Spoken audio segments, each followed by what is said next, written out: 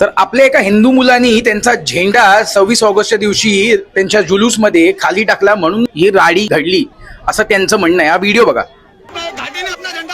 Islamic झंडा देख के गाड़ी को भी इस्लामिक झंडे को भी लेकर आए वो. त्याच्या कानाखाली पाकिस्तानी प्रेम किती येते बघा. तर एक घाटीने झेंडा डाला. आता नीट पूर्ण व्हिडिओ बघा, कारण की मी कमीत कमी 100-200 व्हिडिओ बघितले पूर्ण रिसर्च करून हा व्हिडिओ आता मी तुमच्यासमोर बनवतोय. तर सर्वात पहिला हा जो एरिया आहे लालबाग आणि परळचा, तिकडे ह्या साईडला आहेत हॉस्पिटल्स. तो रस्ता नेहमी जॅम असतो. मला सांगा त्या रस्त्यावरून ही दरवर्षी जुलूस आहे हा काढतात. बरं, तिकडे काढल्यानंतर हा जो मुसलमान माणूस क्लेम करतोय की नाही एका हिंदू मुलांनी आमचा झेंड्याचा अपमान केला. मला सांगा, एवढ्या मोठ्या त्या जुलूसमध्ये तुम्ही ट्रिपल सीट वरून तुमच्या गाड्या काढता, तो एकटा मुलगा येणार आणि तुमच्या हातातला झेंडा घेणार आणि खाली टाकणार का? विचार करण्यासारखी गोष्ट आहे.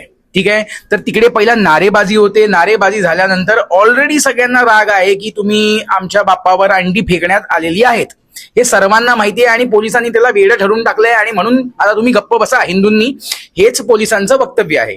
ठीक आहे. त्याचबरोबर जेव्हा तो आपला एक हिंदू माणूस तिकडे जातो जिकडे नारेबाजी होते, त्या गडबडीत जर का त्यांच्या झेंड्याला धक्का लागलाय, ह्यांनी त्याचा प्रोपोगँडा केलेला आहे आणि असं दर्शवतात की नाही बाबा आमच्या झेंड्याचा अपमान केलात म्हणून आम्ही हे सगळं केलेलं आहे. पण तिकडे आपल्या लालबाग परळच्या पोरांनी चांगला धडा त्यांना शिकवलेला आहे. तो शिकवायलाच पाहिजे, कारण की दरवेळेला जर तुम्ही अपमान कराल तर हे काय सहन आमच्यानी होणार नाही. कारण की हे तेवढंच नाहीये, आपल्या बाप्पाचा अपमान तर तिकडे पण झालेला आहे. राजस्थानमध्ये चित्रकूटमध्ये बाप्पाच्या इमेजेसच्या कॉन्फिटीज बनवले आहेत, पेपर ब्लास्ट केली आहेत आणि त्याच्यावरून ते लोक चालतायत.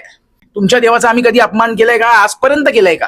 मग तुम्ही का म्हणून अपमान करता आणि का आम्ही सहन करायचा, हे मला समजतच नाहीये. मला एक गोष्ट सांगा, जर का तुमच्या अल्लाचं जर का नाव लिहिलं असतं आणि कॉन्फिडी म्हणून ब्लास्ट केलं असतं तुमच्या त्या फ्लॅगचं आणि याच्यावर आम्ही चाललो असतो आमच्या मिरवणुकीमध्ये, तुम्हाला चाललं असतं का? कधी अंडी टाकताय, कधी आमच्या बाप्पाचा अपमान करताय, कधी कॉन्फिडन्स बनवताय, त्याच्यावरून चालताय. अरे काय लावलंय? म्हणजे काय बोकडासारखेच तुम्ही वाढणार आहात का? एक माणूस म्हणून जन्म घेतलाय तर माणसासारखे राहाल. मग कम्युनल व्हायलेन्स झाल्यानंतर सुरुवात कोणी केली हे राहतं बाजूला.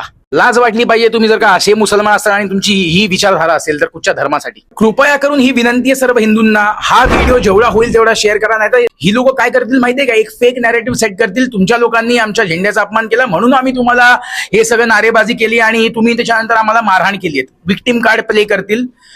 हर हर महादेव, सत्यमेव जयते.